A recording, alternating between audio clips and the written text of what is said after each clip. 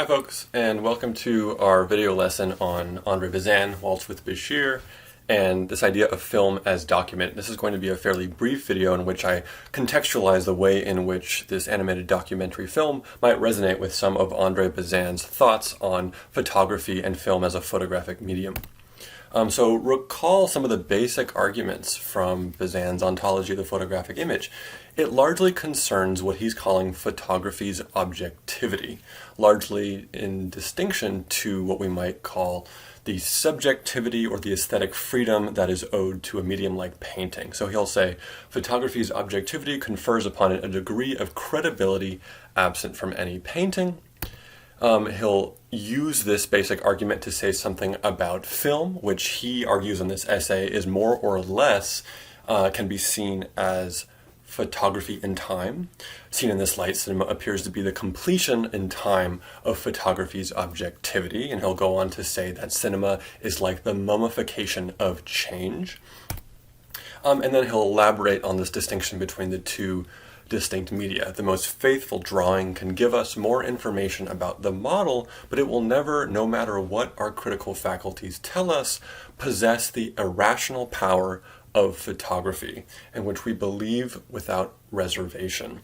So a couple things here. This is indeed an elaboration of what he's saying, but I want you to be careful when you're reading Bazin to both be critical of what he's saying, given that indeed Bazin was criticized harshly by the 1970s ideology critics because he seems to be a naive believer in the objectivity of a medium to present, say, truth. But at what points does he conflate the power of cinema to make us believe without reservation and, say, an objective recording of facts? I want us to keep that tension alive, but also use a film like Waltz with Bashir to kind of create a conversation with Bazin, right? So I'm using yellow and blue to kind of illustrate the dichotomy that he's presenting. Blue being the medium of painting, and yellow being the medium of photography and the photographic elements of cinema. And of course I want this to map onto the primary kind of paradox of Waltz with Bashir as an animated documentary, where animation has something to do, I think we can understand, with painting, at least the way that Bazin is presenting it, and also intuitively to us. And photography has something to do with documentary, and especially that word that's nestled within documentary, document. So first, when we say film is a medium that presents a document to us, I want us to just go back to the Lumiere films. Interestingly, one of the first films by Lumiere brothers is often considered one of the first documentary films, but we can consider how that notion of this being a documentary film is very closely related to it being a document. When I say document, I mean that it literally documents a slice of space-time in the history of the world, right? It's giving us a recording of an actual train, of actual people, their actual gestures and subtle micro movements. It is a mummification of that slice of space-time in the past. This is one of the things that Bazin is trying to get us to attend to. And this relates, of course, to that idea of the index, that this is not, say, an animated film of a train, but an index of a particular past material reality recorded for posthumous consumption. So how do we get from this idea of photograph and film as document, or as index, which is a big part of Bazin's essay, to documentary cinema? Clearly they're related, and I think this is one of the reasons that we have this word documentary, that there's something about the medium that documentaries are made in that has something to do with the indexical power of that medium. But they're clearly not the same thing. And given how many documentaries you've watched in your lifetime, you'll know that some documentaries don't use documentary footage or documents of the world. What's a practical way that we can understand documentary cinema? Well, I think the word fact or factual information is really useful. David Bordwell and Kristen Thompson in their textbook, Film Art, have a very bare bones, but I think useful definition for what they call documentary cinema. They say, every documentary aims to present factual information about the world, but the ways in which this can be done are just as varied as fiction films. I like that word fact because it's not synonymous with truth. It's a mode of discourse that is distinct from a fictional mode of discourse. And what is a fact, according to a dictionary definition? It's a statement or assertion of verified information about something that is the case or has happened. So we can think about a documentary film as giving some kind of presentation of factual information, but it doesn't have to do so through cinema's capacity to index or document the world as a testament to what happened then. And clearly that's what's going on in a film like Waltz with Bashir, given that it uses animation to present the depictions of subjective experiences, things like dreams that we start the film with, things like hazy, hallucinatory memories with color palettes that almost veer into the fantastic or the surreal. Clearly the film is presenting a tension between the subjective experience of facts and the objective document of facts. And it leans into the former, given that most of the film is playing with the fairly subjective rendering of personal experience. And this matters a lot given that the film was made first in a documentary form, a series of interviews that were not scripted, that were nonfiction, right? Ari Folman did indeed experience the things that he talks about in the film. He did indeed have these conversations with people, and those conversations were meant to testify to factual events that happened in history. It's just that the mode of presenting those conversations leaned into the possibilities of animation for depicting that which is independent of material reality, things that could be recorded with a camera. So let's go into some of the ways that the film addresses this in thematic ways. So remember that conversation he has with one of his friends that he remembers from his time in the military. He says, "Would you mind if I sketch you and your son playing in the snow?" And his friend responds, "It's fine as long as you draw, but don't film." And importantly, we pan over to the very thing that the film is telling us has no bearing to the documentary quality of the film. If this conversation is real, this child is not. And it's important that Ari Folman is telling the viewer, I'm going to give you things in this film that are not actually there. And that matters in some sense. Why does it matter? That's a mystery for us to kind of think about. But clearly, Folman is asking us to consider what might be the advantages or the revolutionary potential of thinking of a documentary film as not adhering to traditional forms of cinematographic capture. So one simple way we can think of what the film is doing is it's taking close connection between film as document and documentary cinema, between index and fact, and he's trying to stretch them out and remind us that they are not the same thing. So how does he do this in other ways? He'll do it through subtle means. For example, these small gestures of questioning the truth claims surrounding photographic media. When he looks at a photograph of himself and says, "I can't recognize myself," that's a kind of small way of acknowledging the degree to which photography as an index that leads to, say, evidence or truth can be loosened. This kind of nod to the lack of faithfulness in photographic media when the camera slips off the nozzle of the tank. Or this extended sequence, which is really an investigation of memory and its relationship to really faked photographs. Recall this circumstance in which he has a conversation with his friend who talks about this study. He says a group of people were shown 10 various childhood images. 9 were really from their childhood and 1 was fake. Their portrait was pasted into a fairground they never visited. 80% recognized themselves. First, we're getting a story that reminds us that photographs can themselves be manipulated, even to the extent that we can see a photograph of ourselves and believe that it's real, even though it's not. And the second thing is that memories can be manipulated. So it's almost like he's presenting these two mediums for preserving the past, photography and memory. One is associated with objectivity, the other is associated with subjectivity, and he's putting them up against each other, and he's asking us to consider, us to rethink what we presume about these things by considering this study.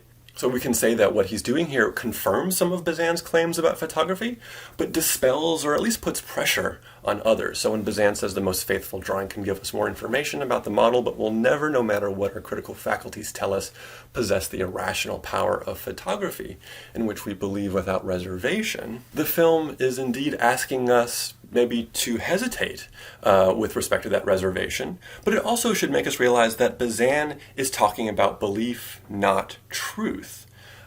That maybe Folman and Bazin in some respects are both interested in what photography can do psychologically to us.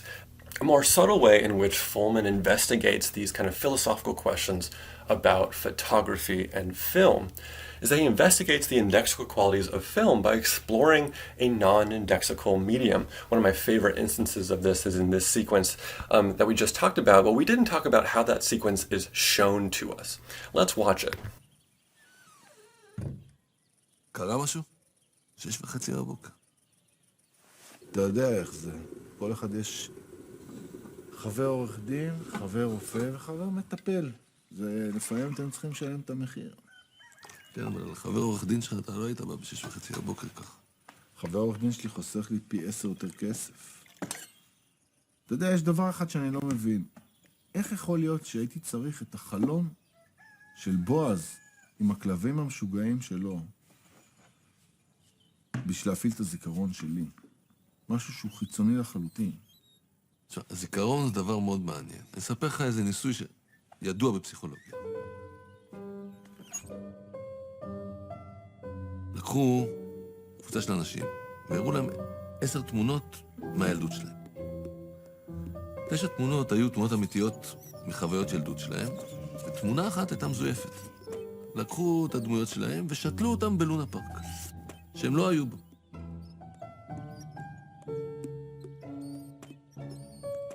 ,80% מהאנשים זיהו מיד את עצמם בתמונה שהם לא היו בה בכלל. כן. הם זיהו את עצמם. ה-20% היותר נורמליים שלא זכרו, הלכו הביתה, החוקרים אמרו להם, תחשבו, אולי תזכרו. הם חזרו עם התמונה, אמרו, נזכרנו. היינו בלונה פארק, היינו עם ההורים בלונה פארק, היינו יום נהדר, הם נזכרו ובנו לעצמם את החוויה. הזיכרון הוא דבר דינמי, הוא חי. וגם אם חסרים פרטים ויש חורים שחורים באמצע, הזיכרון בונה את עצמו עד שיש היזכרות מלאה במשהו שלא קרה בכלל. אז מה שאתה אומר בעצם שההזיה שלי על הטבח זה כמו התמונה בלונה פארק, זה לא קרה באמת, אני נמצאתי את זה, אין איזה שום אחיזה במציאות. So if we were to compare this sequence as it's shot, as a conversation between these two people, if we were to compare this to the way it was maybe shot in the documentary form, because indeed that's how this film was allegedly produced, a series of conversations that were indeed film, what are the differences? Well, we can actually think of maybe 3 layers in which this is different. The first, of course, is the malleability of the image with which we go from the experiment to an animated visualization of that experiment that takes advantages of animation to simply plop in images at will and have them disappear at will, right? But that's only the first layer. The second layer, of course, might be something like this, where the filmmaker actually takes some of those images from the carnival representation and inserts them into the background of the quote-unquote real or documentary conversation between Ari and his friend. It's a way of telling us that, once again, this is not a document, this is a fabrication that can actually insert the subjective into the quote-unquote objective. But that's not all. There's one more layer of this which I find perhaps the most interesting and the strangest and the most subtle. I wonder if any of you remembered or took note of these strange moments such as this one. אתם צריכים לשלם את המחיר. כן, אבל על חבר עורך דין שלך אתה לא היית בא ב6:30 בבוקר ככה. חבר עורך דין שלי חוסך לי פי 10 יותר כסף. אתה יודע, יש דבר אחד שאני... אתה יודע, יש... So this moment where presumably this man's young son takes a sharp knife from the counter before we cut to a new angle should if we do notice it, draw our attention to the very question of what's going on throughout this entire sequence, which is that the animators had to choose to create a set of backgrounds. The backgrounds give us the impression that this is a real conversation happening in a real house in which there are unscripted actions of the environment happening in the background. But of course, this is not unscripted, this is not photographed. These are all choices made by the animators. So what this should draw our attention to is that most basic of distinctions between film and photography, or between even animation and cinematographic recording, which is that in film, and this is one of the earliest observations of spectators of the new medium, there is always a degree of movement and action that is not planned by the filmmaker. We talked about this in the very first week, that when this film, The Baby's Breakfast, was shown to audiences, people were fixated not on the performance of these people in the foreground, but of the wind in the trees, the fact that even those parts of the image that are clearly not designed or directed or performed are themselves moving independently of an artist's design. And film theorists have made similar claims about children and animals, that children, young children and animals, when they're on screen, can give us something of the uniqueness of cinematographic capture because they can never be as conscious of what it means to be in front of a camera as much as full-grown adults are. This is one of the reasons that this moment is so charming, that the baby almost gives his biscuit to the camera person, not able to pretend as if the camera doesn't exist. Another sequence you might think about in similar terms, though with different observations about the difference between animation and photographic media, is this one, in which an argument is presented about the way in which photography doesn't simply yield the truth, but can actually protect us from the shock of reality.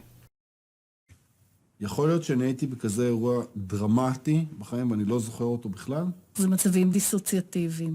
שבן אדם נמצא באיזושהי סיטואציה, אבל הוא מרגיש שהוא מחוץ לסיטואציה. למשל, בחור שהיה צלם חובב, אני שואלת אותו ב-83, איך עברת מלחמה כזו קשה? אז הוא אומר, תראי, זה יחסית היה פשוט, אני התייחסתי לזה כמו איזה טיול מורחב, ואמרתי, וואו, איזה סצנות יש פה, מדליקות כאלה, יורים ופגזים ונפגעים וצעקות, וכל הזמן הסתכלתי על זה כאילו דרך עין של איזו מצלמה מדומה כזאת.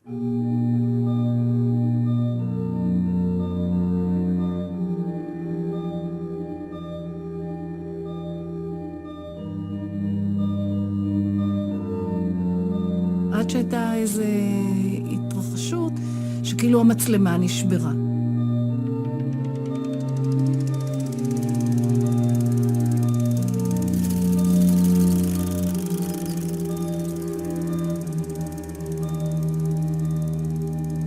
הוא אמר, תראי, הייתה איזו סיטואציה שמאוד הייתה קשה לי. הגענו לאזור של אורבות הסוסים בביירות.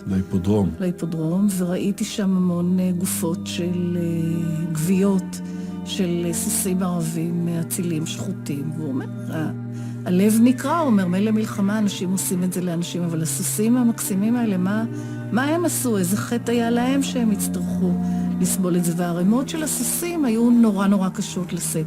והמנגנון הזה שהוא השתמש בו כל הזמן להיות מחוץ לתמונה, כאילו שהוא מסתכל על סרט המלחמה ולא באמת משתתף, היה מנגנון ששמר עליו.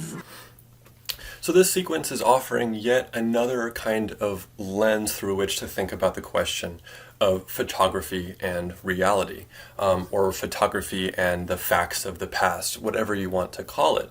And it's invoking that idea that photographic media is not simply an object of documentation or evidence, but is also an aestheticizing object that can distance us from the actuality of certain events. And finally, I want to bring up probably the most pronounced tension between animation and photography, which is the film's ending, which a number of you talked about in your discussion posts, and for good reason. It's powerful and it seems to be trying to tell us something, but what it's telling us is quite difficult to articulate. So I just want to show you once again what that looks like. אז התחלתי להבין שאני רואה את תוצאות הטבע.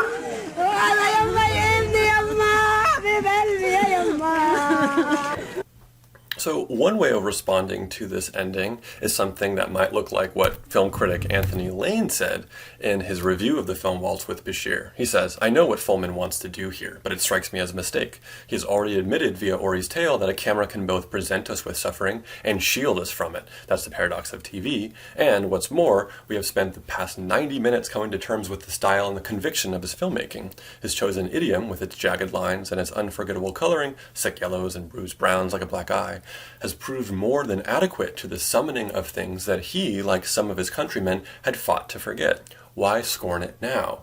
When reality bites, is that the time for the artist to lay down his brush?"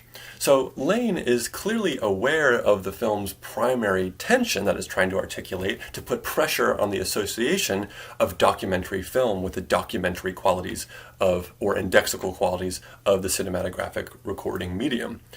But I might ask you, is this really as simple as the dichotomy that Lane presents here? Why not actually do what Lane doesn't do, which is look closely at the way that this is aesthetically presented to us? A few things you might note here is, of course, the use of the lens flare, a photographic artifact in an animated medium, and what I think is one of the most powerful and mysterious aspects of this, the use of sound. The use of sound which announces itself as having a quality that clearly feels as if it is an index of sound. And then maybe that can be a way for us to think about what this film is doing in that in-between space between, say, the indexical qualities of film and the aesthetic freedoms of animation. But mostly I simply want to offer this ending and a lot of these scenes as questions to be explored. This is a film that's difficult to come to conclusions on, and I would say the same thing of Bazin's film theory. So I hope the two can resonate in a kind of discussion and maybe provide inspiration for some of your writing in this class.